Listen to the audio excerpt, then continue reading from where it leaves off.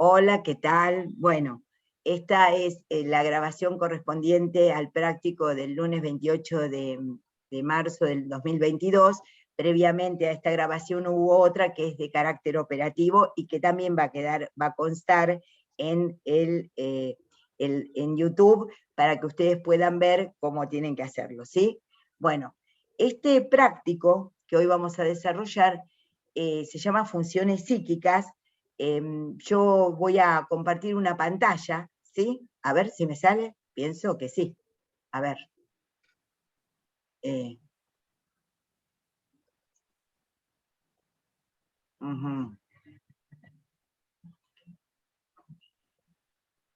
A ver, esta no es. Ya sé cómo lo tengo que hacer. Bueno, les iba a compartir una pantalla de un trabajo que hizo la doctora, la licenciada. Bueno, vamos a ver cómo lo podemos hacer, porque ahora, a ver qué hice. Vamos a... a ver. Sí, acá está. Ahí ven la pantalla compartida, ¿no? ¿Se ve? Sí, profe, se ve. Bueno, ahí está. Guía de trabajos prácticos, se llaman las funciones psíquicas, atención, orientación y conciencia. El objetivo de este práctico es que nosotros podamos ir resolviendo con ustedes y podamos ir pensando estas preguntas que ahora les voy a formular. Explicar brevemente qué se entiende por funciones psíquicas. Observe la siguiente imagen, qué funciones psíquicas considera que se alude en la ilustración y qué entienden que constituye un estado normal o patológico de las mismas. Y la imagen es esta. No sé por qué se ve a mitad de pantalla. ¿Alguien me puede ayudar? Sí, ahí donde tenés la pestaña esa amarilla, que tenés dos botoncitos blancos arriba. Digamos, a esa pestaña, cliqueale la X a la derecha. Bien a la derecha está la X para ocultarla. ¿Qué pestaña, pestaña amarilla. Leo? ¿Qué pestaña? En esa amarilla. ¿Acá? En esa amarilla. A ver. ¿Sabes qué? Te hago hospedador, León. Es que no lo voy a poder porque está en tu computadora. Ahí donde dice obtenga Office auténtico y más información, esa pestaña amarilla, ahí eso. Cliquealo. Perfecto. Ahí está. Gracias, León.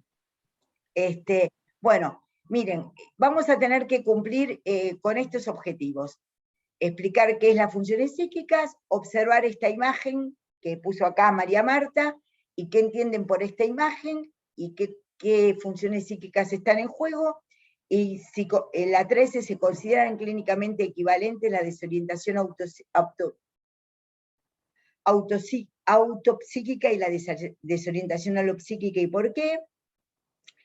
La orientación es una función psíquica que se haya alterada en los grandes síndromes psicopatológicos. Bueno, vamos a empezar por qué damos psicosemiología. Miren, damos psicosemiología y entendemos las funciones, y les vamos a explicar las funciones psíquicas por lo siguiente. Así como en clínica médica, ustedes para arribar a un diagnóstico y tratamiento necesitan saber qué es la tos, entrada de aire, no entrada de aire, cómo se presenta un paciente, si se presenta histérico, no histérico, con dolor en el hipocondrio derecho. La práctica de ustedes como médicos clínicos para detectar si hay algún problema concerniente a lo que corresponde al campo de la salud mental y que tengan que hacer una operación, digamos, una intervención, es reconocer algunos signos y síntomas. El reconocimiento, les digo que vayan tomando nota porque es lo que después va a ser evaluado estas cuestiones, ¿no? Entonces, el reconocimiento de signos y síntomas, tomando como la medicina nos enseña, síntoma es lo que refiere el paciente y signo lo que observa el que está haciendo la entrevista, nosotros les tenemos que ir enseñando ciertos signos y síntomas que son típicos, que son propios, patognomónicos, de lo que se llama justamente psicosemiología. Pero no solamente porque vamos a hacer un catálogo de síntomas y signos, sino porque en la medida en que ustedes vayamos viendo los signos y síntomas, vamos a intentar ir hablando de qué es la salud mental, qué es la psicopatología y cómo ustedes pueden acercarse a esto que llamamos subjetividad. La subjetividad obviamente alude al sujeto, ¿no? Cada uno tiene su subjetividad, quiere decir su particularidad.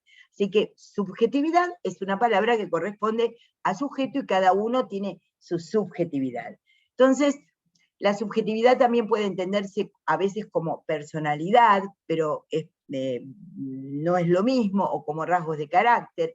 Entonces, la subjetividad está armada como parte por el yo, el inconsciente, los rasgos de carácter, ciertas actitudes. Entonces, con el pretexto, pero sí también la necesidad de enseñarles signos y síntomas correspondientes a lo que es las funciones psíquicas, vamos a usarlo como de pretexto para ir interiorizándoles en ciertas problemáticas que van a ver tanto en la urgencia, como en la internación, como en la interconsulta, como en el consultorio externo. Entonces, esa es las funciones psíquicas, es ir captando ciertos aspectos, porque a veces se critica las funciones psíquicas, es una forma mecanicista de ver a la persona, y hay que ver toda la integralidad, holísticamente. Pero si nosotros no les enseñamos que, así como el doctor Aberbach y otros docentes les enseñan cómo es necesario saber que una neumonía cursa con determinadas cuestiones, nosotros en salud mental y lo que corresponde a psicopatología, tenemos que ir mostrándoles las cuestiones, ¿sí? Hay voy a ampliar un poquito el práctico de hoy. Hay algo que nos enseñaban nuestros docentes cuando éramos jóvenes, y nos enseñaban y nos decían que una cosa, algo que nosotros también teníamos que tener en cuenta como función psíquica, es la actitud del paciente en la entrevista y la presentación. Así que vamos a agregar a estas funciones psíquicas presentación. Presentación, y lo vamos a anotar, presentación y actitud, ¿sí? ¿Por qué empiezo con presentación? Porque lo primero que uno hace es ver al paciente, ver al consultante. Entonces puede venir de a uno, de a muchos, entrar al consultorio, protestar, y la psiquiatría tenía mucho como una situación muy particular en relación a cierta clínica de la mirada, se fijaba mucho si el paciente cómo venía vestido, inclusive rasgos de higiene, cómo venía arreglado, si era, por ejemplo, para la presentación se veía higiénico, no higiénico. Suena horrible, horrible, de tan, a veces, hasta puede sonar un poco políticamente incorrecto, pero era lo que se ponía, y van a ver cómo sigue teniendo un sentido, porque una persona depresiva no se puede arreglar, una persona que está con cierta pérdida de los valores preventivos primarios y está cursando una psicosis no se puede bañar, cierta extravagancia, bizarrería de la presentación también es, obviamente, que la presentación depende, sería un tema importante,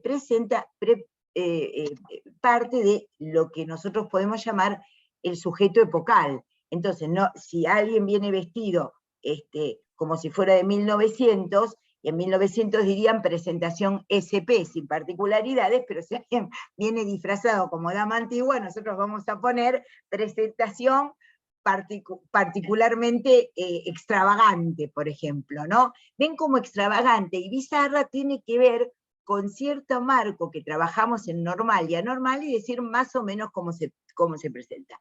Quiero hacer una particularidad, una salvedad central en esto, y después le doy la palabra para la presentación a León y otros docentes que estén en la cátedra, pero sobre todo a León. Profe, ¿te puedo hacer una pregunta? Sí, claro, sí. Hay una cosa, esto que estamos hablando de la presentación y la actitud, que es tan importante tener en cuenta, sería que nosotros lo vemos al mismo momento que nosotros analizamos las funciones psíquicas. O sea, que cuando nosotros estamos viendo, por ejemplo, si el individuo está orientado, si mantiene la atención y todo eso, al mismo tiempo, como en paralelo, observamos cómo está presentado la actitud del En, paciente. en realidad, ¿cuál es tu nombre? Muy interesante la pregunta. Agustina Facio. Agustina, mira, está muy bien. De todas maneras, los psicosemiólogos decían que la presentación y la actitud también estaban incluidas en las funciones psíquicas. Vos fíjate qué Bien. interesante. Por eso está muy bien la pregunta. Gracias por la pregunta. Nos enseñaba, por eso digo la presentación, por eso empecé con presentación, ¿viste? Porque es como vos lo ves entrar, ¿me entendés? Entonces, se presenta de forma adecuada, se presenta vestido adecuadamente, pudo reservar el turno, pudo esperar, ¿me entendés? Eso es presentación, y es una función, está muy bien, porque las funciones psíquicas son las formas en que uno lleva adelante el lazo social. Entonces, la presentación de uno, si, no sé, si alguien se presentase en una clase con un rulero en la cabeza, ¿me entendés? Uno podría decir, ay, la señora esta no sabe que está dando clase, pero es una función, está muy bien lo que preguntaste, está muy bien. ¿Y sabés qué salvedad importantísima, que no es una salvedad? Ese criterio, a veces tremendo, que ha tenido la psiquiatría, la psicopatología, de discriminar al que no pertenece a una clase social acomodada. Si uno está en un lugar con todo lo que está padeciendo las personas que consultan, si ustedes como médicos generalistas ven una persona que está, digamos, vestida de manera, miren, me es muy difícil hasta utilizar adjetivos que no resulten justamente, que no resulten segregativos. Muy difícil. Si ustedes, hay una persona que puede presentarse, si es peón rural, se presentará de una manera. Si es una señora que pertenece a una comunidad, a la comunidad gitana, se presentará de otra manera. Quiere decir que ya la presentación, Agustina, ves cómo lo que marca es cierta cuestión y cierta amplitud de criterio de quien lo está viendo. Porque si yo voy a China vestida así, probablemente el psiquiatra chino diga presentación bizarra. ¿Por qué? Porque la señora no está vestida como se visten, yo qué sé, los chinos en Wuhan. Entonces, es epocal, es de la época, amplíen la cabeza, recuerden lo que dice el doctor Velasco, no seamos mecánicos mentales. Entonces una persona, si es peón rural, vendrá con su ropa de trabajo, vendrá con las alpargatas, y es una presencia adecuada porque están en una zona rural. Ahora, si viene un chico gótico, ¿no? Vestido a lo gótico, si viene un rolinga, ustedes podrán ver, advertir, que bueno, por ahí pertenece a una tribu urbana, y también eso es entendible. Ahí la diferencia, por eso es interesante, es captar en las variedades lo que puede resultar particular para nuestra preocupación. Entonces, que sea rolinga no es patológico, que sea peón rural no es patológico, que sea una señora un señor de la comunidad zíngara no es patológico. Que ven, ¿se entiende? Sino que dentro de los grupos, lo vimos en representaciones sociales en psicología, si responde al grupo social al que pertenece, la presentación ya es importante. Pero quiero decir esto porque la presentación antiguamente, clásicamente en psiquiatría, era un factor segregativo. León, ¿por qué no aportas un poquito más? Sí, un poco pensaba que lo que estás marcando y lo que enseña, digamos, María Clara en esto de considerarlo en una perspectiva epocal, apela a lo que actualmente se denomina la singularidad. Uno lo pone en perspectiva y, digamos, en relación a la singularidad de la persona que está presentándose. Una cosa, como decía María Clara, es que venga alguien con las ropas rotas y ensangrentado, y cuando uno le pregunta o cuando uno lo tiene que entrevistar, dice, bueno, acabo de tener un accidente en el auto, y otra cosa es que venga alguien ensangrentado con las ropas rotas y anduvo toda la semana así, digamos. En la singularidad del sujeto, digamos, en relación a su contexto, y en relación a su historia y a su estatus social, es que uno va evaluando un poco esta situación de la presentación, que vale un poco para el aspecto, y la actitud que marcaba María Clara, que es de qué manera se presenta, porque cualquiera de estas dos situaciones donde el sujeto, digamos, se presenta con las ropas rotas y ensangrentado, también va a depender la actitud. Si el sujeto viene, es, no sé, digamos, el presidente de una financiera, acaba de tener un accidente, está ensangrentado y está con la ropa raída, pero la actitud es como si estuviera en un día de playa, también va a llamar un poco la atención. Bueno, Digo, va todo, está digamos, y muy ese es un bien. golpe de vista, ¿no?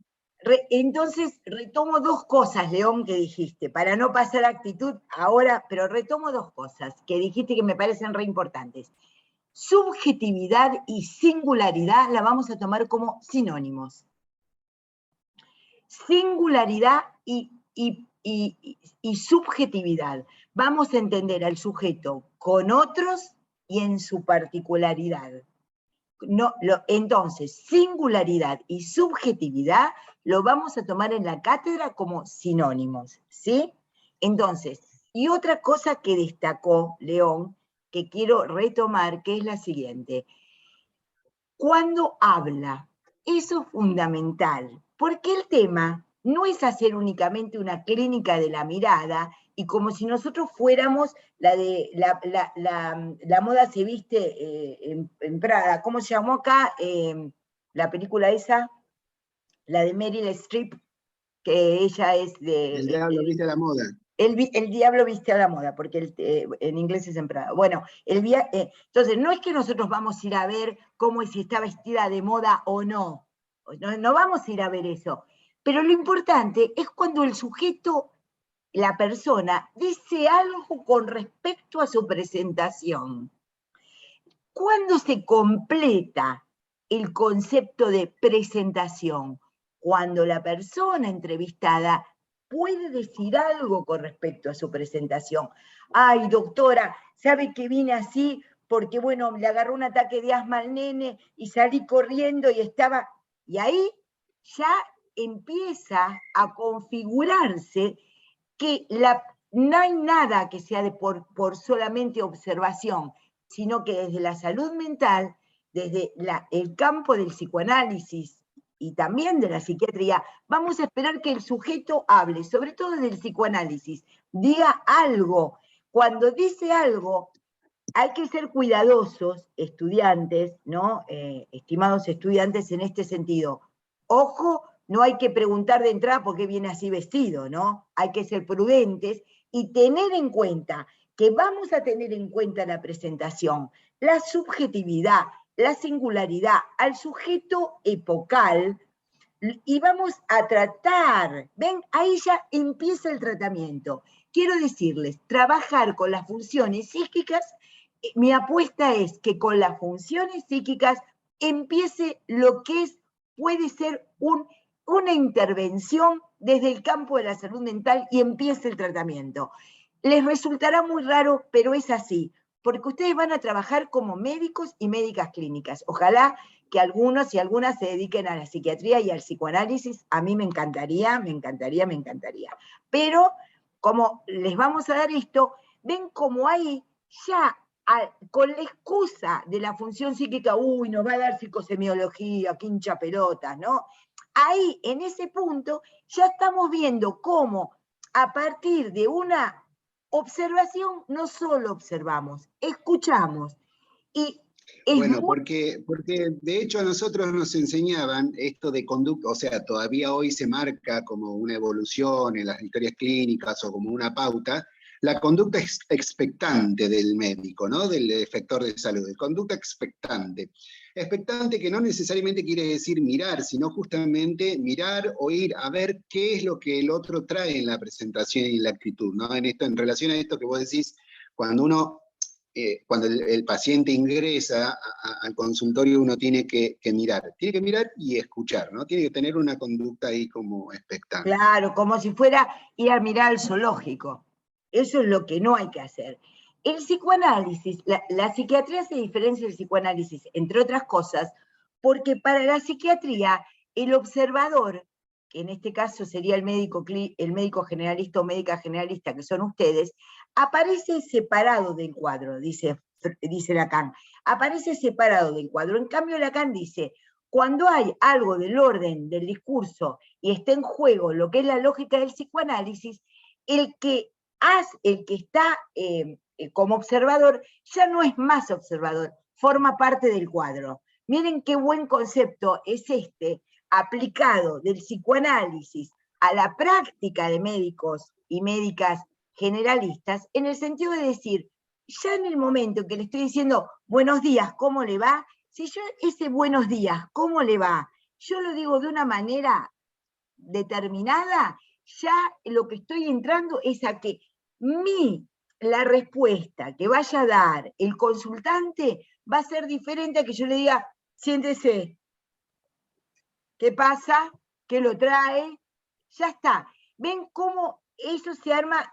En inglés se llama setting, como set de televisión, ¿no? El setting, el encuadre. Entonces, ahí la presentación, ven que hasta el momento, por ahí no lo habíamos tenido en cuenta, pero sí es importante pensarla como algo a tener en cuenta y ser siempre con máxima, a ustedes les da mucho la palabra empatía, máxima empatía, tenerla en cuenta, pero no inmediatamente ir a intervenir sobre eso, sino empezar a entender cuando el paciente habla. La otra... Que también digo sí. Dos cositas, ¿no? Digo, algo también se pone en juego de la presentación de uno mismo, ¿no? Como el médico o médico generalista, también está la presentación que uno hace al sujeto que viene a consultar. Eso es por un lado. Por otro, creo, volviendo a la pregunta que hizo la estudiante al principio, ¿no? Como que qué era lo que se estaba evaluando, yo quisiera destacar esto que un poquito lo charlamos en el práctico pasado.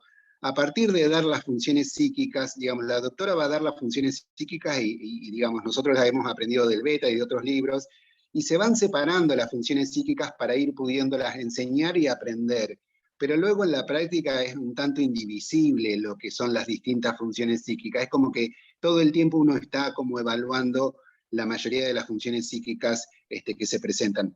A fines didácticos se dividen en distintos tópicos y hoy vamos a tocar esto, ¿no? Que es presentación, conciencia, orientación y todo lo demás. Pero, digamos, son fines didácticos. Vamos a tratar de transmitirlo de una manera, la doctora trata de transmitirlo de una manera bastante clara, pero ustedes recuerden bastante. Que en la práctica... Sí, trato de ser lo más clara como mi nombre lo dice. Claro, pero el tema es el siguiente. Vuelvo a recalcar algo, ¿no? Que me parece bien en este diálogo que estamos teniendo, que con cada presentación, con cada función psíquica, vamos a tratar de ver siempre algo de la subjetividad y vamos a ver cómo podemos entender lo que pasa. Cada función psíquica nos tiene que llevar a pensar, ¿qué entiendo? ¿Cómo participo de lo que le pasa al consultante? ¿Cómo me lleva esto a entender la diferencia entre cómo yo estoy vestida? Piensen en el guardapolvo, piensen en el guardapolvo, piensen en lo que significa para ustedes el AMBO de ser estudiantes de medicina. Lacan dice, el hábito hacia el monje. Porque Lacan no dice, nada de lo externo es muy diferente a lo interno. Entonces, como no toma en cuenta eso, toma en cuenta que siempre la estructura se presenta en el fenómeno. Entonces, ¿son integradas? Claro, son integradas, pero cada función psíquica nos va a permitir volver a esto de entender qué es la subjetividad. Cada función psíquica nos va a permitir engarzar, entender algún detalle. ¿Se entiende? Algún detalle que haga que ustedes puedan hacer intervenciones, e intervenciones ya desde la misma presentación. Por ejemplo, la intervención ante la presentación quizás sea no hacer una intervención. ¿Les queda claro esto, no? Porque esto es fundamental para que ustedes lo vayan aprendiendo. Ustedes me entienden, ¿no? Esto es fundamental, a veces Esto, la María gran Clara, intervención es no intervenir. tendría que ver algo con lo que se denomina abstinencia en psicoanálisis. Exactamente. Pregunto. Exactamente, sí, exactamente. Porque miren si entra un consultante y ustedes le dicen, ¿por qué se vino así? Ya, ahí, ¿se entiende? O para venir acá no se puede entrar de tal manera. ¿Vieron? Funcionaría más que como médicos y médicas generalistas, como los tipos de seguridad de los clubes, de los boliches, donde se segrega. Ojo con eso, ¿sí? Bueno, vamos a ir a actitud. La actitud, clásicamente descripta, la actitud puede ser, ahí van a tener las palabras este es el práctico, no es el teórico, pero bueno, práctico y teórico se anudan. Pero de alguna manera, ahí van a tener una actitud, digamos, en donde el paciente puede presentarse hostil, el paciente puede presentarse tranquilo, el paciente puede presentarse justamente, hay una gran palabra para la actitud, que está muy marcada en los libros de psicopatología, que es si está reticente. Esa es la gran palabra de la actitud, ¿no? Si está reticente. ¿Qué significa reticente? Que no es colaborador. Entonces, muchas veces en la historia clínica se pone con actitud colaboradora. Entonces, ¿qué implica con actitud colaboradora? Que está de acuerdo en cómo se va a llevar adelante la entrevista. Porque yo no les quiero dar la entrevista como la entrevista del psiquiatra, la entrevista del psicoanalista. Quiero juntar todo lo que en estos más de 40 años he aprendido para que ustedes puedan llevar estos conceptos de la psiquiatría y del psicoanálisis a su práctica de médicos generalistas y médicas generalistas. Entonces, hay una actitud tranquila, colaboradora, pero cuando el paciente dice, no, no quiero entrar, yo estoy en desacuerdo, ahí habitualmente en la historia clínica lo que se pone es, el paciente se nota reticente. Hay una reticencia más obvia, que es la cuando no quieren hablar, y otra reticencia en donde se sientan y dicen, sí, sí, ¿cómo? Uno le podría preguntar, vamos a hacer un poquito de roleplay, ¿cómo está fulano? ¿Cómo anda? ¿Cómo está? Bien, bien. Uno puede decir, ahí aparece cierta displicencia, ¿se entiende? El paciente aparece con una reticencia llamada displicencia, en el sentido en que no se nota del todo colaborador. También a veces aparecían en las actitudes levemente paranoide, se ponía así, paranoide que está desconfiado. ¿Usted eso que está notando, después se lo va a dar a la policía? ¿Me entienden? O eso que está notando, doctora, ¿para qué es? Y ahí aparece cierta actitud desconfiada, puede haber una actitud confiada, puede haber una actitud desconfiada. Quiero decir esto, nadie está muy tranquilo cuando entiende que está siendo examinado. Para ustedes llevar adelante una buena consulta médica de médicos generalistas, tienen que hacer el examen clínico, obviamente, pero la entrevista, que es tan importante, creo que nosotros desde la cátedra podemos aportar a esa importante parte que antes se llamaba interrogatorio. Ustedes imagínense el interrogatorio, que es policial siempre. Entonces, convertir esa parte de la pregunta, desde cuándo empieza el síntoma, ese es el aporte que nosotros podemos hacer desde la Cátedra de Salud Mental a la práctica de la entrevista clínica. Digamos, poder, entonces dijimos, tener una actitud, digamos, nosotros también habilitante de la consulta, podemos tener una actitud habilitante de la consulta al ser amables con el paciente o con el consultante. Podemos también pensar que justamente la parte del interrogatorio no sea un interrogatorio, convertir el interrogatorio en una entrevista. Y cuando un interrogatorio se convierte en una entrevista, cuando alguien deja de ser sujeto el médico y objeto el consultante. Y entonces uno podría decir, bueno, en un momento sí va a tener que ponerse a toser y que ustedes lo oculten, o que ustedes vean si tiene abdomen doloroso o abdomen no doloroso. Eso es necesario, pero en la entrevista, en la parte de entrevista, tienen que saber convertir el interrogatorio en entrevista. Y eso tiene que ver con que hay dos, ¿no? Ustedes con el saber médico y el consultante con los saberes que tiene sobre su propio cuerpo, el consultante tiene saberes sobre su propio cuerpo y las dificultades.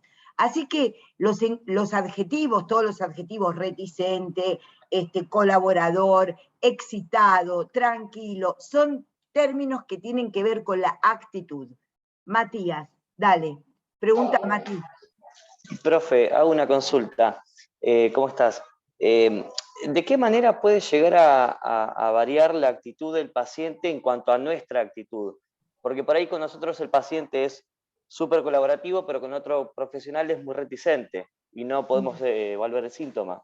Claro, claro, bueno, es interesante la pregunta que haces, porque justamente hay particularidades del consultante y hay particularidades del médico o médica que la atienden. Entonces, uno puede decir, por ahí hay cierta... Me acuerdo, mira, te voy a contar, Matías, una cosa que creo que... Cuando yo era instructora de residentes en el IGA, muchos años atrás, de médicos y psicólogos, me acuerdo que había un paciente internado altísimo, no sé, me diría 1,90 m. Entonces, en un momento abre la sala de médicos, que estábamos los residentes, yo le estaba dando clase a los residentes, viene como una furia, me acuerdo la persona efectivamente que estaba ahí, y le dice, ¿qué te pasa? Nadie lo había llamado, ¿no? Era esas cosas que pasan en los hospitales, estábamos en el servicio de salud mental. ¿Qué te pasa? ¿Tenés miedo? Y la piba, que era una piba de 22 años flaquita, estaba así y le dice, no, no. Después, con todos estos movimientos, ustedes hacen esos lindos GIFs que después me mandan, ¿no? No, no. Entonces, ¿cómo que no me tenés miedo? Entonces yo, que estaba ahí con los residentes, le digo, no, no, la verdad es que nos da miedo. ¿Cómo no nos va a dar miedo si es un hombre tan alto, que habla que habla así en voz muy contundente, pero lo invitamos a que tome asiento porque algo nos quería decir? ¿Vos quién sos? Me dice. Yo le digo, no, vamos a hablar entre todos. Y me dice, ¿sos la jefa?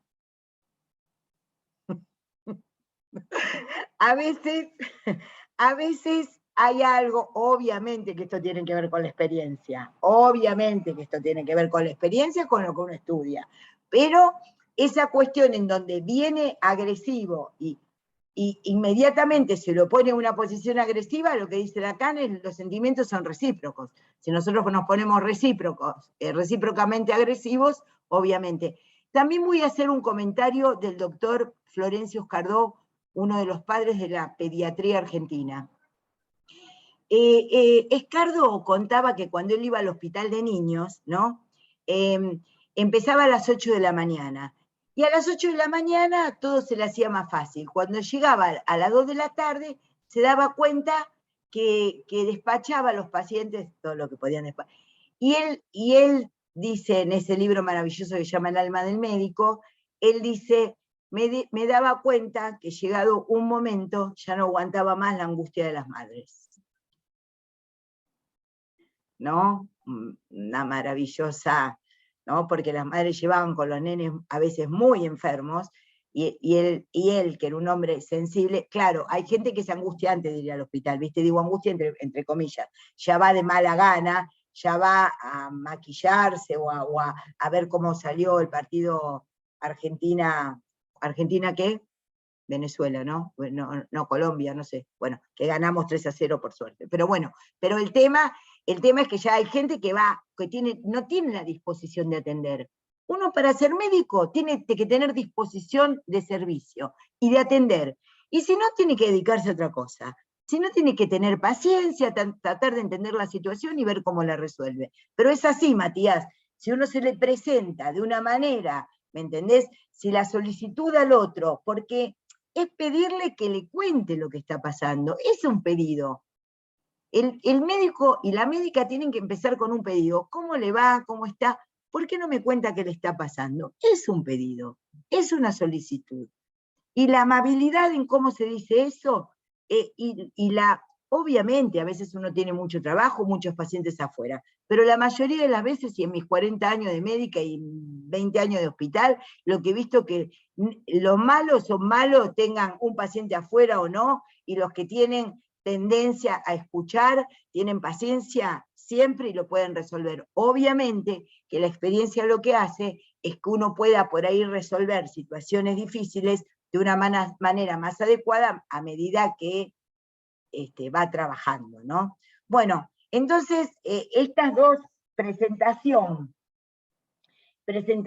y actitud, me parecían importantes para tener en cuenta en qué es las funciones psíquicas. Les vuelvo a decir, funciones psíquicas quedamos por separado, pero funciones psíquicas en las que me encantaría que cada uno pudiese descubrir algo y poder enriquecer la entrevista que como médicos y médicas generalistas van a tener. ¿Alguna pregunta, comentario? Explicar brevemente qué se entiende por funciones psíquicas. Entonces, por funciones psíquicas se entiende signos y síntomas, digamos, pero cada uno aporte algo, ¿no? Aporte algo en el práctico. Signos y síntomas que el médico clínico, el médico generalista, el médica generalista, va a poder describir como tales, ¿eh? Esas son las funciones psíquicas, las funciones en donde, vamos a decirlo así, la subjetividad, la singularidad, la particularidad se expresan. Y si no tenemos el vocabulario y no podemos diferenciarlas, no vamos a poder ni entenderlo, ni transcribirlo, ni transmitirlo a nuestros otros colegas. Y por eso es tan importante esto que estamos viendo. Bueno, vamos a pasar al 2. Bueno, para el 2 tengo que explicar algo. Primero me voy a sacar de encima la conciencia, que es una de las funciones que tengo que dar, que siempre... Freud decía que la conciencia es un estado fugaz del aparato, decía Freud, ¿no? En su proyecto de psicología para neurólogos. Decía, la conciencia, podemos establecer como justamente la conciencia, siempre la psiquiatría se manejó con desde dos grandes fuentes de inspiración, ¿no? Una era la neurología y otra era la filosofía. Y de hecho, la función conciencia un poco depende de los aspectos neurológicos que estén en juego, ¿sí? Y de cierto aspecto filosófico. Voy a explicar, los neurológicos ustedes tienen, no quiero hacerles lío para neurología, los estados de conciencia como lucidez, el máximo nivel de conciencia es la lucidez de conciencia, y el máximo nivel de conciencia es el coma, ¿no? Entonces uno puede decir, hay algo de la conexión con el mundo externo que tiene que ver con la conciencia, quiere decir, la conciencia es algo de la representación del mundo externo en el mundo interno del paciente. Entonces, la conciencia puede tener grados, tal lucidez, confusión, sopor, me falta uno, y coma, ¿no? Ahí, como lo plantean, ustedes no cursaron todavía neurología, pero hay grados de conciencia, inclusive hay escalas de conciencia, que son las de Glasgow. Así que eso, pero nosotros en salud mental no tomamos tanto eso, sino ver si el paciente puede tener una buena representación, defino conciencia, una buena representación del mundo externo en su mundo interno. Entonces, eso implica, tiene, digamos, su vertiente neurológica, ¿no? Y su vertiente filosófica, porque la vertiente que nosotros vamos a tomar en el medio de esas dos es que nosotros lo reducimos un poquito dentro de la salud mental, es si tiene conciencia de situación y si tiene conciencia de enfermedad. En lugar de conciencia de enfermedad, en la cátedra lo vamos a llamar conciencia de conflicto, ¿sí? No vamos a hablar de enfermedad, sino que vamos a hablar conciencia de conflicto. Si alguien viene y dice, la verdad es que yo estoy muy nerviosa, le hablo mal a mis hijos, no sé qué me pasa, yo que sé, no les tengo... Y entonces uno puede decir, ah, bueno, esta persona está nerviosa, ¿no? Pero tiene conciencia, el mundo externo se le representa de tal manera en el mundo interno que puede reconocerse. Entonces, puede reconocer la situación. Conciencia de situación y conciencia de conflicto, ¿sí? ¿Se va entendiendo? Representación del mundo externo en el mundo interno, ¿sí? Y vamos ahora a ir a algo que es muy importante, que está también, que genera el punto de conciencia. El punto de conciencia, en general, está tomado dentro de la psicosemiología, sostenido en dos grandes funciones: la orientación y la atención. La orientación viene de oriente, ¿vieron? De las brújulas. Yo a veces pienso que mucha gente está muy desorientada, tiene la brújula desorientada, ahora tenemos que decir el GPS desorientado, ¿no? Ya el oriente, ustedes saben que por el polo magnético de la Tierra, uno tiene que, si uno tiene una brújula tradicional mecánica, orienta la flechita y pone norte. Y ahí ya le quedan ordenados los puntos cardinales. Esa era como clásicamente se orientaba en el mundo, ¿no? Y también por las estrellas y todo lo demás, digamos, saber dónde estoy y quién soy. La pregunta de quién soy la dejamos por otro momento, porque a veces que uno no es buena, no es de buena clínica ni de buen pronóstico que la persona empiece a hablar de quién es y todo lo demás. En general, yo les quiero enseñar desde el psicoanálisis que la pregunta es ¿dónde estoy? ¿Qué soy para el otro? ¿Dónde estoy? La orientación tiene que ver con eso. Vamos a decirlo de una manera, teniendo en cuenta que, orientate en la palmera, ¿viste? Ubicate en la palmera. Ubicate en la palmera tiene que ver con la orientación. Y se clasifica de dos maneras: autopsíquica y alopsíquica. Quiere decir que hay algo del orden de quién auto es de yo, ¿no? De quién es la persona que está hablando y cómo se está orientada. Si mi nombre es tal, ¿no? Tengo tal edad, estaba en la ruta manejando y no sé, en eso se puso todo negro. Entonces ahí vemos que el paciente, el consultante, el paciente puede tener, justamente tuvo un accidente, pero sabe su nombre, sabe orientarse con respecto a dónde están los chicos, si pregunta, por ejemplo, porque iba en el auto con los chicos, y sabe orientarse en el sentido de, vamos a la definición, quién es mínimamente para sí y qué es para los otros. En general, la orientación autopsíquica siempre está dada por quién es uno para el otro. Esto me lo ha enseñado el psicoanálisis, no la psiquiatría, pero qué es uno para el otro siempre marca un nivel de orientación. ¿Sí? Entonces, autopsíquica es para orientación del consultante. Y la alopsíquica es de afuera, que lo de alo, afuera. Auto de adentro, de sí mismo, alo de afuera. Y la alopsíquica está a su vez dividida en tiempo y espacio. Cuando llega una persona traumatizada a la guardia, no van a ser como esa gente que le dice, ¿qué día es hoy? ¿Viste? Entonces el tipo dice, ¿cómo, perdón? Sí, obviamente, por ahí lo que dice, o esas preguntas, no sé, ¿quién es el ministro del Interior de la provincia de Buenos Aires? Yo qué sé, no sé. Las preguntas tienen que ser, hola, ¿cómo está? Se ubica dónde está, dígame su nombre, dígame su edad, esto por lo autopsíquico, dígame su nombre, dígame su edad, qué le estaba pasando. Chicos, lo van anotando y lo vamos teniendo en cuenta, ¿no? ¿Qué le está pasando? ¿Se acuerda qué le pasó? Por si viene con un nivel no del todo lúcido, por si tiene cierto grado de confusión. Entonces, ahí ustedes van viendo si autopsíquicamente se va orientando. Y con respecto a lo psíquico en tiempo y espacio sabe dónde está, por ahí mira alrededor y dice, estoy en un hospital, en una salita, ¿qué me pasó? Por ejemplo, la pregunta, ¿qué me pasó que estoy acá? Ya marca que el paciente está orientado. Sí. ¿Dónde estoy? Y ahí ustedes le tienen que decir, está en un lugar de atención, bla, bla, bla, bla, pero ya la pregunta, ¿dónde estoy? Es porque la persona consultante sabe que no está, y eso ya es un buen límite para la orientación en espacio. ¿Se va entendiendo por ahí cómo el paciente dice lo que no sabe? Le da la pauta a ustedes de que el paciente está orientado, ¿sí? Eso es muy importante. León, ¿quería decir algo?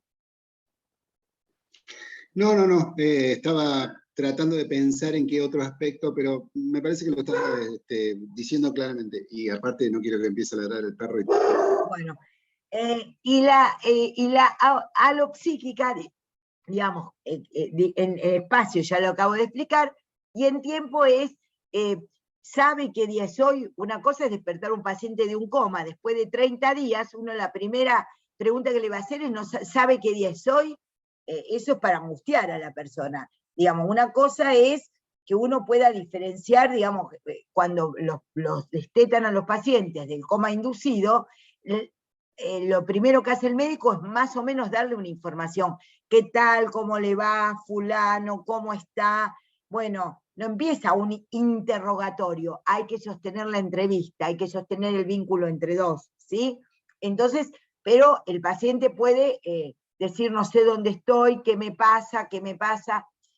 Quiero señalar algo que ya desde el año pasado está presente. Cuando hay estados de pérdida de la conciencia con la dimensión de esto de la orientación, tienen siempre que pensar como médicos y médicas generalistas que puede haber un trastorno orgánico, traumático, del medio interno, ¿sí? Traumático y del medio interno, accidente cerebrovascular orgánico. Los síndromes delirantes, que después vamos a saber qué es, en psiquiatría en general no cursan con desorientación. Tienen que pensar en causas orgánicas. Por favor, esto es fundamental que lo aprendan. Fundamental. La confusión que implica desorientación no es típica de los trastornos propiamente psíquicos. ¿Se entiende, no? Che, como veo solamente a León y a Matías, no veo la cara de los demás. Bueno, y ahí ahora pasamos a la atención. En la atención es ¿qué es la atención? La atención es la focalización de la conciencia. Focalizar. Focalizar. Ay, no, me distraigo porque no puedo, ay, no me la aguanto hablando tanto en el teórico, en el práctico. Che, traemos un mate, no sé qué dijo. Bueno, eso es lo que les pasa en el sentido de pérdida de la atención, de la focalización. La atención se clasifica en una espontánea y voluntaria. Es una combinación, porque justamente yo puedo estar muy concentrada dando la clase, pero si alguien entrase por la puerta, yo me voy a dar vuelta. Entonces, la combinación de la focalización, quiere decir atención, en un tema es importante, y la dispersión y poder mirar es otra. Entonces, la función psíquica, cuando está bien lograda, se llama euprosexia. La atención lograda se llama euprosexia. Eu es de normal, prosexia de atención. Hipoprosexia cuando está disminuida, que también se ven los síndromes confusionales, perdón, no le entendí, ¿me lo puede decir otra vez el paciente internado? ¿Cómo que? Ay, perdón, me olvidé, ando mal, porque el paciente por ahí le dice ando mal de la memoria, pues ustedes no van a poner mal de la memoria. ¿Saben que ven cómo todo esto hace a que vayamos entendiendo las cosas clínicas? Entonces, euprosexia, hay una buena atención, una buena focalización y una buena articulación entre voluntaria y espontánea. Hipoprosexia, disminución de la atención. Hiperprosexia, cuando el paciente está bastante perseguido. ¿Por qué hizo esa seña con la lapicera? Y uno dice, no, porque tenía que escribir, hice clic. No, porque me pareció. Entonces la hiperprosexia es cuando el paciente está un poquito perseguido, ¿no? Está paranoide. Y la paraprosexia es cuando aumenta la atención espontánea sobre la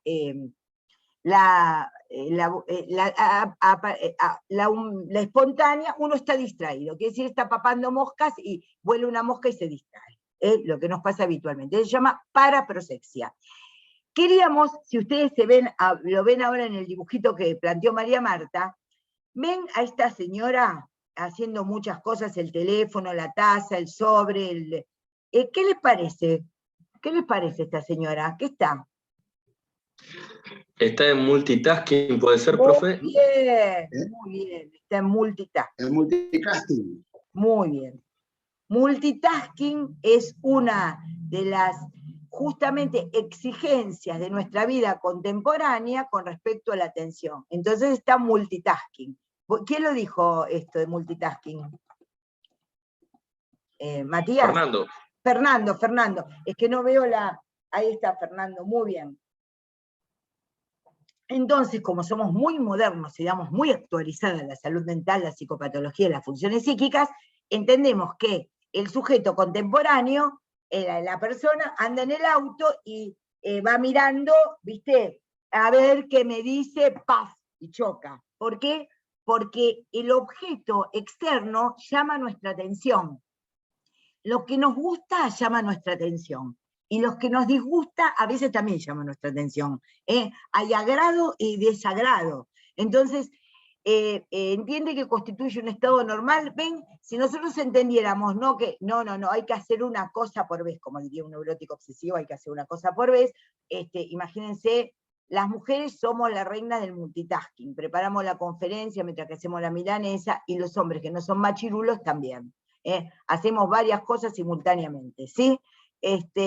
Hay una simultaneidad y una fuerte exigencia de la cultura contemporánea a que el sujeto haga muchas cosas, ¿sí? A que la persona haga cosas.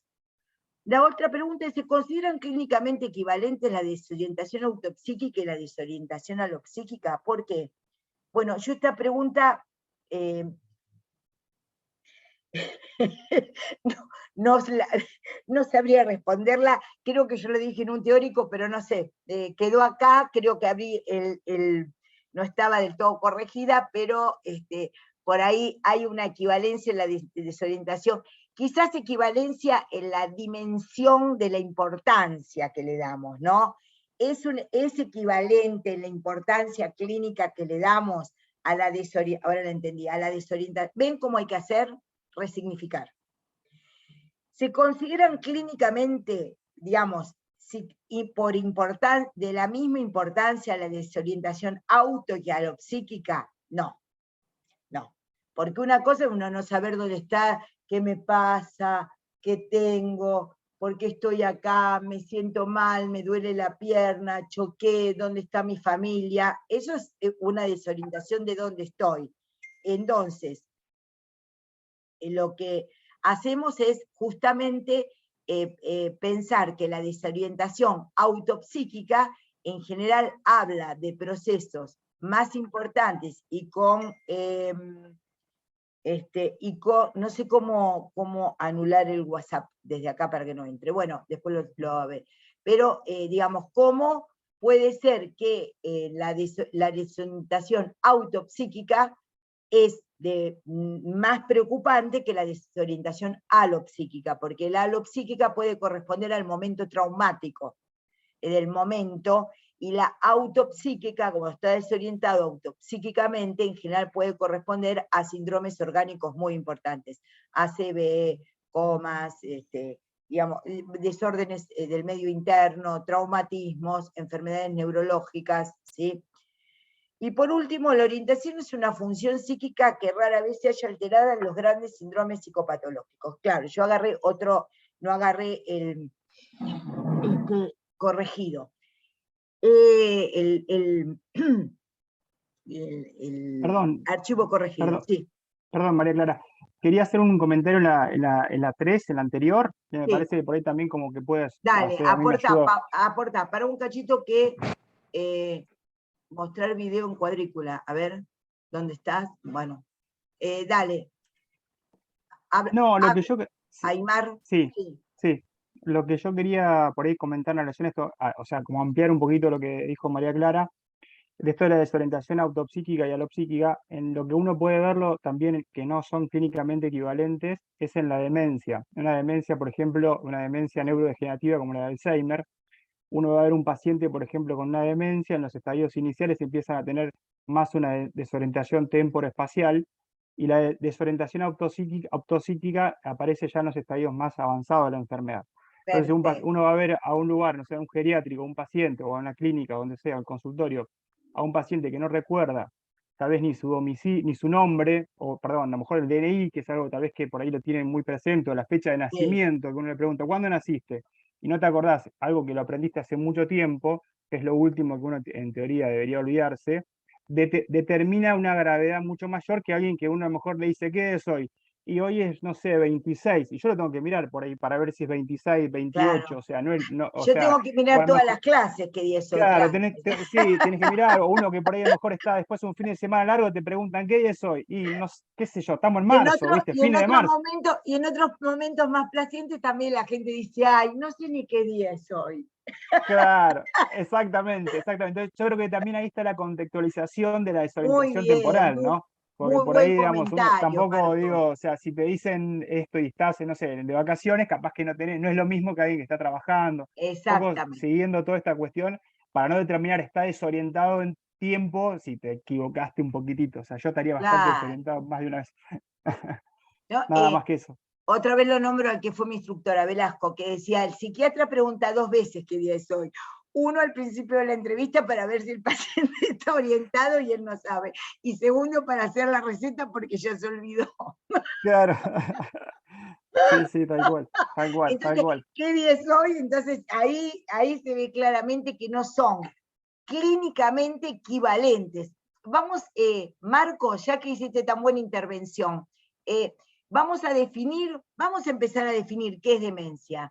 Demencia es la pérdida progresiva, Sí, crónica, y no irreversible, sí, irreversible irreversible de las funciones, de las cogniciones, ¿no? De las funciones cognitivas, que no de las necesariamente funciones de tienen que ver pensamiento, porque de todavía de las pensamiento. cognitivas, muy bien. Con que Exacto. cursa en general también con un trastorno afectivo, pero es la pérdida progresiva, Progresivo. irreversible y crónica de las funciones del conocimiento. Eso se llama demencia, ¿sí? No es locura, demencia. Entonces, está muy bien lo que ha dicho Marcos, porque uno le va a preguntar y por ahí no saben qué geriátrico está, o yo qué sé, pero otra cosa es la dimensión de cuando se pierde autopsíquicamente la orientación. Muchas gracias. La verdad que va saliendo. Bueno, y ahora la última pregunta del práctico es: la orientación es una función psíquica que rara vez se haya alterado en los grandes síndromes, acá no va psicopatológicos, va delirantes. El delirio lo vamos a ver como una posición subjetiva en donde hay un trastorno del juicio, ¿sí? Y donde una verdad se expresa de una manera que implica una posición subjetiva con respecto a la psicosis. Entonces, no tienen que pensar que la orientación es un gran vector de lo que sería un trastorno delirante. Delirante. Siempre tienen que piensen que las demencias son la mayoría, la que acontece, la arteriosclerótica, Alzheimer, PIC, bueno, ahora casi todas están englobadas en Alzheimer, pero son orgánicas. Entonces, también van a haber deterioros psíquicos, de los cuales vamos a hablar, son de la psicosis. Matías de la Fuente levantó la mano. Sí. Perdón, profe, o sea que si la persona, por ejemplo, está orientada en tiempo y espacio, pero dice que está en el planeta Júpiter y que se llama Roberto Carlos, sería un trastorno de delirio. No ¿O vamos a no? meternos hoy con delirio. Primero que si está en Bueno, Júpiter, está sí, desorientado en espacio, porque en Júpiter no estamos. sí, Si se llama bien. Roberto Carlos, estaría, excepto que se llama Roberto Carlos Pérez. ¿Se llama Bien, bien, Roberto bien. Carlos Pérez? Claro.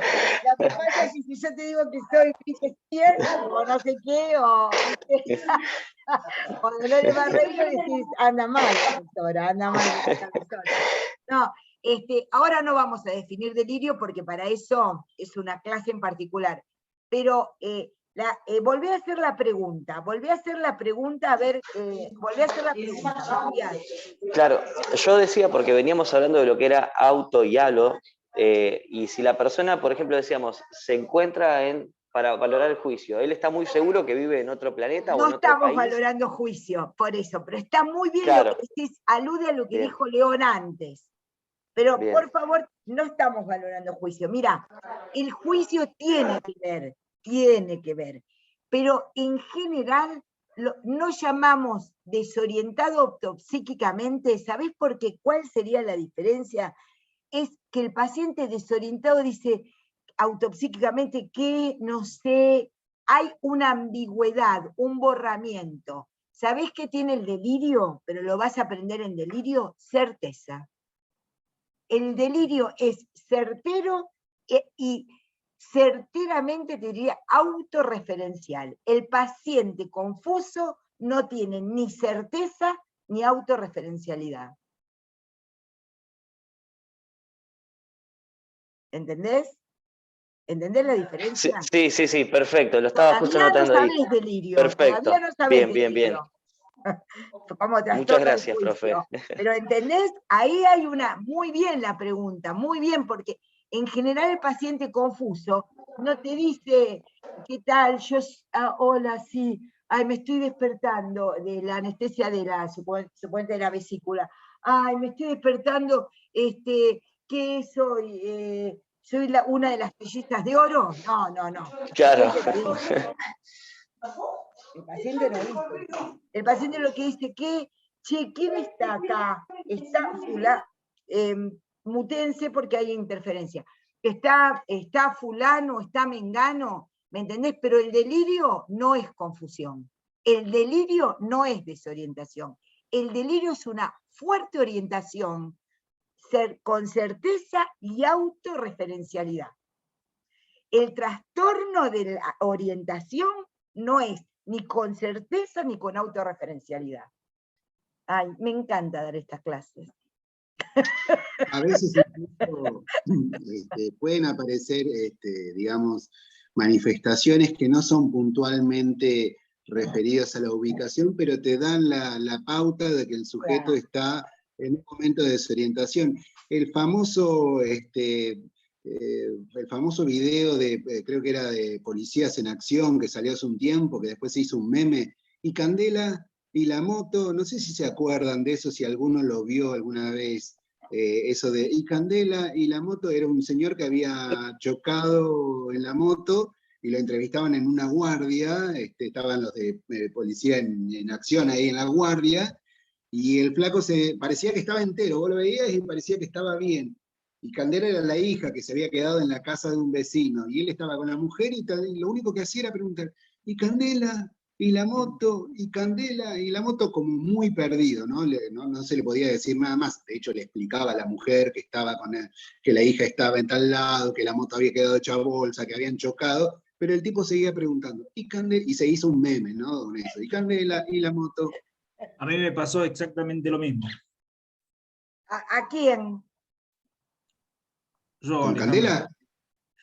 No necesariamente con Candela, pero sí, tuve un accidente con la bicicleta, justo lo que hablaban de orientación en tiempo y espacio, todo eso siempre me hace acordar, algunos de los compañeros por ahí que me conocen. Tuve 7 horas inconsciente, en coma, después, o sea, tuve el accidente. Con un No me traumatismo acuerdo. encefálico, cráneo encefálico. Sí, con el traumatismo encefálico. Tuve el accidente, después me contaban qué fue lo que hice, pero no me acuerdo de nada. Desde que tuve el accidente, llamé por teléfono, dije dónde estaba, todas esas cosas, no me acuerdo.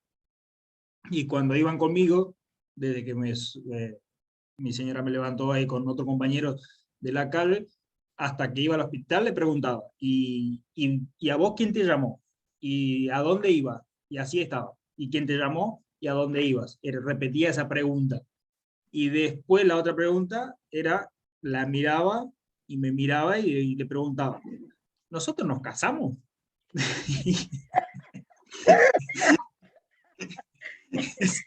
No puedo dejar de pensar viste que confuso y todo el inconsciente funciona.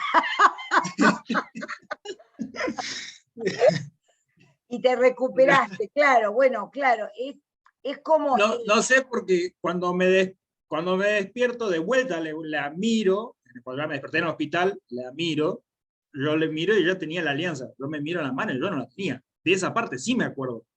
Y ahí le quedo mirando y digo, ¿nos casamos? O sea, porque yo me desperté, o sea, mi accidente fue... Dice Fernando Suárez que él le pregunta lo mismo a la señora y no en estado de confusión. Pasa, cuando me despierto del accidente, yo me desperté como si yo estuviera en diciembre del 2017, pero el accidente lo tuve en agosto del 2018. Ajá.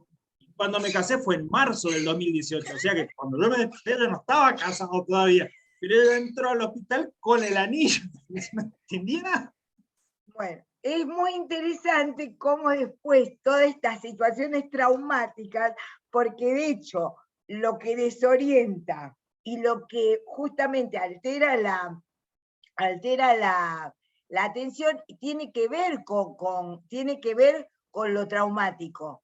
Lo traumático, ya sea por traumatismo físico, tiene que ver lo traumático en el sentido de que una fuerte alteración del medio interno. Entonces, el trauma se asocia, digamos, después vamos a ver asociación de ideas, se asocia a alguna idea en particular que cada uno sabrá, no me meto más, no me meto más en estas cosas. Bueno, podemos dar por terminado el práctico, que la verdad fue muy, muy bueno. ¿Quieren hacer comentarios? ¿Quieren hacer algún comentario, preguntas? ¿Cómo les resultó trabajar esto de esta manera? Profe, tengo una duda que no me quedó bien claro en María. En el verdadero y falso. Para un poquito que te busco. Para. A ver, así galería. ¿Dónde estás? Habla. Agustina Lovigne.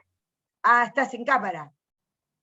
Sí, porque estaba en el sillón, si querés la prendo igual, pero... Sí, prendela, claro. Bueno, a ver. Aparte, si estás ¿qué problema hay que estés en el sillón? Estabas tirada diciendo, mientras tanto estaba tirada. Ahora me senté. No, a ver, la presentación. Justamente multitasking. Che, para un poco que me bloqueo, que me muteo, que está la de salud mental hablando. Dale, decilo. Mi duda es la siguiente: en el verdadero y falso decía entonces que la orientación es una función psíquica que rara vez se haya alterada en los grandes síndromes delirantes. Delirantes. Bueno, entonces... Porque si no, psicopatológico mueve... Ustedes, porque esa pregunta está hecha para que piensen siempre en lo orgánico primero. ¿Entendés, Agustina? Claro, como que... La orientación es una función psíquica que rara vez se haya alterado en los grandes síndromes patológicos. Es verdad. ¿Por qué?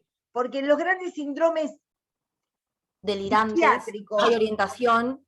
Claro, no es una de las funciones que está más alterada, ¿se entiende?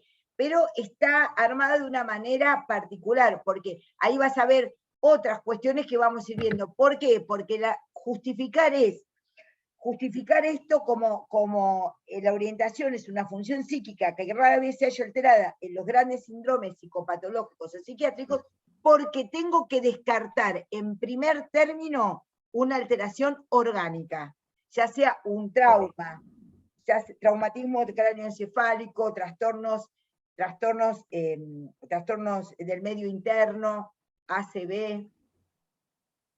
¿Entendés? Porque el psicótico no va a presentar grandes trastornos. ¿Por qué? Porque es lo que preguntó Matías. Porque lo va a decir de otra manera.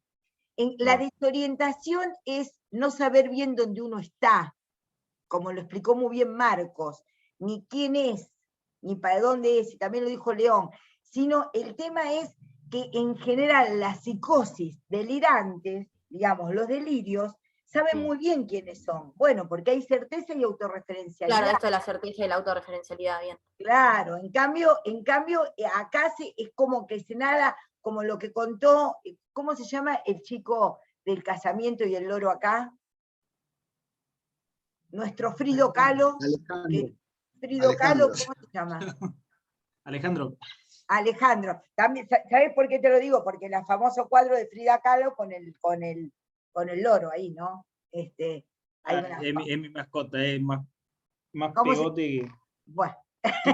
Bueno, por eso digo, porque hay un cuadro famosísimo, carísimo, en el que es de Frida Kahlo. Y, bueno, entonces, en ese sentido, ahí lo que vas a tener es, ves, él se preguntaba ciertas cosas, la insistencia de esa pregunta habla de que está desorientado autopsíquicamente. ¿Me entendés? ¿Pero por qué? Porque tuvo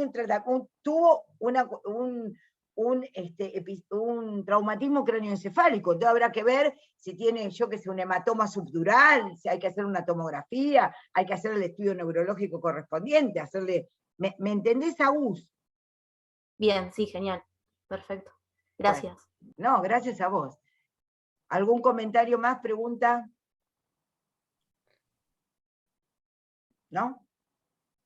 Bueno, entonces, siendo las 4 menos 10, damos por terminado este práctico con la titular y otros docentes, y sepan que tienen que ver las clases correspondientes a las que está planteado en el PTD y que las tienen en el canal YouTube para seguir con otras funciones, y el lunes, la próxima actividad que tenemos es el lunes próximo, que va a ser esta misma actividad, y el martes van a tener el práctico presencial. Bueno, espero, esta guía que leías del práctico, está en el campus, no está subida todavía, pero van a subir la corregida, María Marta la va a subir, sí, y ustedes la tienen que ir completando y llenar, haciendo una cosita, poniendo su nombre, a ver, alguna cosita que les haya quedado de la charla de hoy y de lo que vieron en el teórico, ¿sí? Profe, yo tengo una pregunta. Además de Pará que te enfoco, pará. ¿Quién habla? ¿Quién habla? Brian, acá, puede estar bien. ¿Quién habla? Dale. Brian, acá. Brian, hola Una Brian, pregunta. ¿cómo te va? ¿Cómo estás? Muy bien, ¿y a vos? Bien, gracias. Una consulta, además del teórico que está en YouTube, ¿qué material podemos leer? ¿El de Marietán para indagar un poquito más? Sí, lean Marietán. Pero acuérdense que hay ciertas cuestiones que se plantean en el teórico y en el práctico porque actualizamos los libros, para eso damos teórico y práctico y todo lo demás. Sí, el Marietán, sí. Lean por Marietán. Y si quieren leer por beta algunas cuestiones, vean los cuadros sinópticos, pero si no por el Marietán, ¿sí? Brian.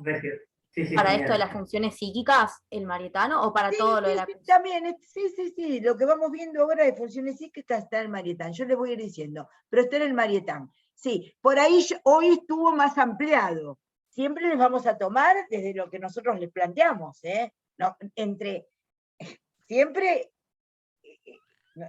es lo que se va planteando en estos encuentros, en los teóricos, en los prácticos, ¿sí?